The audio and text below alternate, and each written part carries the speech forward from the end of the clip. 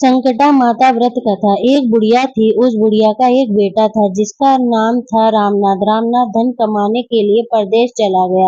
बुढ़िया अपने पुत्र के विदेश जाने के बाद बहुत चिंतित और दुखी रहने लगी, क्योंकि बहू उसे प्राय नित्य खरी खोटी सुनाया करती थी। इसीलिए बुढ़िया प्रतिदिन चिंतित और उदास रहती और घर के बाहर स्थित कुएं पर बैठकर रोया करती थी। बुढ़िया का यह क्रम रोज चलता रहा। एक दिन कुएं में से दिए की माँ नामक एक स्त्री निकली और उसने बुढ़िया से पूछा, बूढ़ी माँ, तुम इस तरह बैठकर क्यों रोती हो? तुम्हें किस बात का कष्ट है? तुम मुझे अपना दुख बताओ, मैं तुम्हारे दुख दूर करने का प्रयत्न करूंगी। बुढ़िया ने उस स्त्री का प्रश्न सुनकर कोई भी जवाब नहीं दिया और रोती ही रही। दिए की माँ बार बार एक प्रश्न दोहराए जा रही थी। वह बुढ़िया इस बात से झुंझला उठी। उस बुढ़िया ने दिए की माँ से कहा, तुम मुझे बार बार ऐसा क्यों पूछ रही हो? क्या सचमुच ही तुम मेरा दुख जानकर उसे दूर कर दोगी?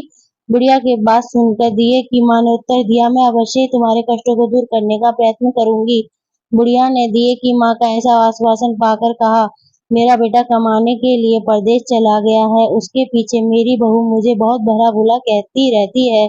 यही मेरे दुख का कारण है। बुढ़िया की बात सुनकर दिए की माँ ने कहा, यहाँ के वन में संकटा माता रहती हैं। तुम अपना दुख उनसे सुनाकर कष्ट से छुटकारा पाने के लिए प्रार्थना करो।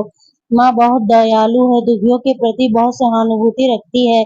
निसंतानों को संतान, निर्धनों को धनवान, निर्बल को बलवान, अभागों को भाग्यवान बनाती है। उनकी कृपा से सौभाग्यवती स्त्रियों का सौभाग्य अचल हो जाता है। कुमारी कन्याओं को अपने इच्छित वर की प्राप्ति होती है। रोगी अपने रोग से मुक्त होते हैं। इसके अलावा जो भी मनोकामना हो वह पूरी हो सकती है, इसमें कोई भी संदेह नहीं है। दिए की माँ से ऐसी विलक्षण बात को सुनकर बुढ़िया संकटा माता के पास गई और उनके चरणों पर गिरकर विलाप करने लगी।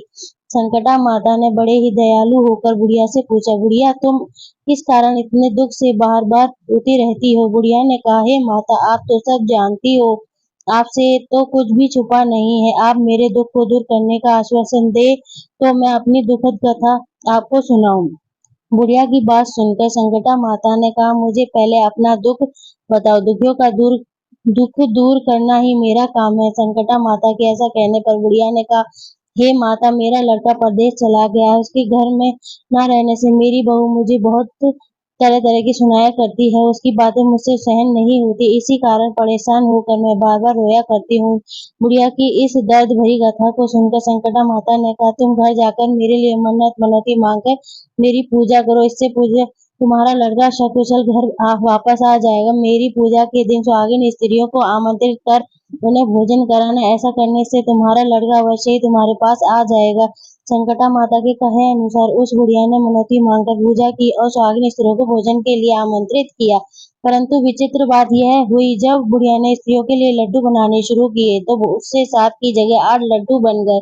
इस बात से बुढ़िया बहुत ही असमंजस में पड़ गई। ऐसा कहने का क्या कारण है? कहीं मुझसे गिनने में तो गलती नहीं हो रही, अथवा अपने आप 8 लड्डू बन जाने का कोई अन्य कारण है? उसी समय संकटा माता एक वृद्ध स्त्री के रूप में बुढ़िया के सामने प्रकट हुई और बुढ़िया से पूछा, क्यों बुढ़िया, आज तुम्हारे यहाँ कोई उत्सव है क्या? यह सुनकर बुढ़िया बोली, आज मैंने संकटा माता की पूजा की है और सुहागिन स्त्रियों को भोजन के लिए आमंत्रित किया है, किंतु जब गिनकर 7 लड्डू बनाती हूँ तो 8 लड्डू अपने आप ही बन जाते हैं। मैं इसी बात से चिंता में पड़ गई हूँ। बुढ़िया की बात सुनकर संकटा माता ने कहा, क्या तुमने किसी बुढ़िया को भी आमंत्रित किया है? बुढ़िया कहने लगी, नहीं, मैंने ऐसा नहीं किया। परंतु तुम कौन हो? संकटा माता ने कहा, मैं बुढ़िया हूँ, मुझे ही आमंत्रित कर लो। ऐसा सुनकर बुढ़िया ने उस बुढ़िया रूपधारी संकटा माता को भोजन के लिए आमंत्रित कर लिया। इसके बाद बुढ़िया के घर पर सभी आमंत्रित सुहागिनें आ पहुंची और बुढ़िया ने सबको लड्डू अथवा अन्य मिठाई आदि का भोजन कराया। इससे संकटा माता उस बुढ़िया पर बहुत प्रसन्न हुई और माता की कृपा से उस बुढ़िया के बेटे के मन में अपनी माता और पत्नी से मिलने की इच्छा उत्पन्न हुई। वह अपने घर के लिए चल दिया। कुछ दिन बीतने बाद वह बुढ़िया संकटा माता की पूजा कर उस अग्नि को भोजन करा रही थी कि किसी ने उसके लड़के के आने की सूचना दी, लेकिन बुढ़िया अपने काम में लगी रही। उसने कहा, लड़के को बैठने दो, सुहागिनों को जिमा कर अभी आती हूँ। लड़के की बहू ने पति के आने का समाचार सुना। उसी क्षण पति के स्वागत के लिए तुरंत घर की ओर चल दी। लड़के ने अपनी पत्नी को देखकर मन में सोचा कि मेरी स्त्री मेरे प्रति कितना प्रेम रखती है, जो खबर आते ही मुझसे मिलने आ गई। परंतु मेरी माँ को मुझे पर जरा भी प्रेम नहीं है। मेरे आने की खबर पाकर भी मेरी माँ मुझसे मिलने नहीं आई। जब पूजा का काम समाप्त हो गया, सभी सुहागिनें भोजन करके अपने अपने घर लौट गईं। बुढ़िया अपने बेटे से मिलने के लिए उसके पास पहुंची। माँ के आने पर लड़के ने पूछा, माँ अब तक कहाँ थी? माँ ने कहा, बेटा मैंने तुम्हारी कुशलता के लिए संकटा माता से मनौती मांग रखी थी, उसी को पूरा करने के लिए सुहागिनें जिमा रही थी। संकटा माता की कृपा से उसका मन अभी पत्नी से हट गया। उसने माँ से कहा, माँ या तो मैं यहाँ रहूंगा या यह रहेगी। बुढ़िया ने कहा, बेटा तुम्हें मैंने बड़ी ही कठिन तपस्या से पाया है, इसलिए तुम्हें छोड़ नहीं सकती, इसलिए चाहे बहू का त्याग भी करना पड़े मैं कर सकती हूँ। अतः लड़के ने अपनी स्त्री को घर से निकाल दिया। घर से निकलकर बाहर आई तो बहुत दुख मन से एक पीपल के पेड़ के नीचे बैठकर रोने लगी। एक राजा उधर से जा रहा था। उसे रोता देखकर राजा रुका और पूछा, तुम क्यों रो रही हो? तब उसने अपनी सारी व्यथा राजा को कह सुनाई। राजा ने कहा, आज से तुम मेरी धर्म बहन हो, इसलिए रो मत। मैं तुम्हारे सभी कष्टों को दूर करने का प्रयास करूंगा। यह कहकर राजा उस स्त्री को अपने महल लेकर आ गया।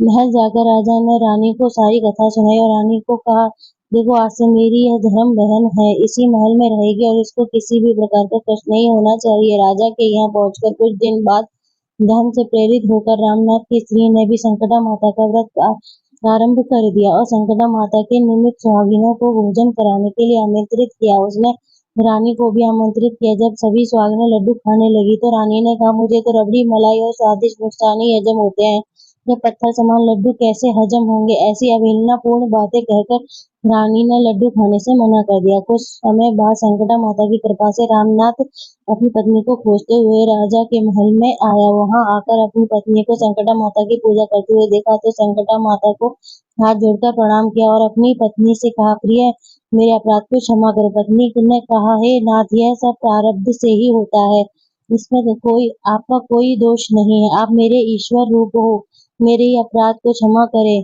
यह कहकर दोनों ने विधि पूर्वक संकटा माता का व्रत कथा सुनी। संकटा माता की पूजा को समाप्त कर सुहागिनों को जिमाकर दोनों पति पत्नी अपने घर की ओर प्रस्थान के लिए तैयार हुए। जाते समय रामनाथ की स्त्री ने राजा रानी से कहा, जब मुझ पर दुख पड़ा तो आप लोगों ने धर्म बहन बनाकर मुझे आश्रय दिया था। यदि आपको किसी भी तरह की सहायता की आवश्यकता हो तो मेरी कुटिया में निसंकोच चले आना। ऐसा कहकर दोनों पति पत्नी अपने घर चले आए। संकटा माता के प्रसाद का निरादर करने के कारण रानी पर भारी संकट आ पड़ा। रामनाथ की बहू के जाते ही उनका राजपाट नष्ट हो गया। ऐसी विपत्ति में पड़कर रानी ने राजा से कहा, मालूम वह तुम्हारी धर्म बहन कैसी थी, उसके यहाँ से जाते ही सब कुछ नष्ट हो गया। रानी ने राजा से जाते समय वह कह गई थी कि जब मेरे पर कष्ट बढ़ा था तब मैं तुम्हारे यहाँ आई और कदाचित तुम्हारे ऊपर कोई भी कष्ट पड़े तो तुम मेरे घर चले आना, इसलिए हम लोगों को उसके यहाँ ही चलना चाहिए। ऐसा विचार कर राजा रानी दोनों ही अपनी धर्म बहन के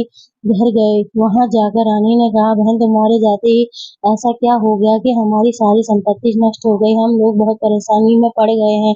रानी की बात सुनकर रामनाथ की स्त्री ने कहा, बहन मैं तो कुछ भी नहीं जानती, मेरी तो सब करता धरता संकटा माता है, इसके अतिरिक्त कोई दूसरा नहीं। इसलिए मेरी राय में तुम संकटा माता से अपनी भूलों के लिए क्षमा याचना करो।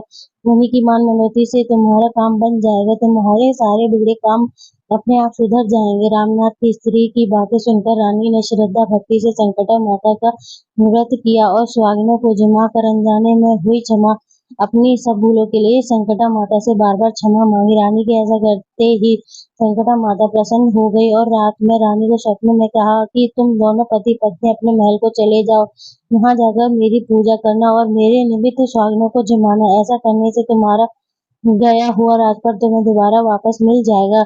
सुबह होते ही रानी ने अपने स्वप्न की बात राजा को बताई। रानी की बात सुनते ही राजा उसी क्षण रानी को साथ लेकर अपने महल की ओर चल दिया। महल में आने के बाद राजा रानी ने संकटा माता के कहे अनुसार पूर्ण भक्ति भाव से माता संकटा की पूजा की और सुहागिनों को भोजन कराया। ऐसा करने से उनका बिगड़ा हुआ सारा समय सुधर गया और सारा राजपाट उन्हें वापस मिल गया। वो पहले ही की तरह राज्य भोगने लगे। अगर कहानी अच्छी लगी हो चैनल को लाइक सब्सक्राइब जरूर करना दोस्तों।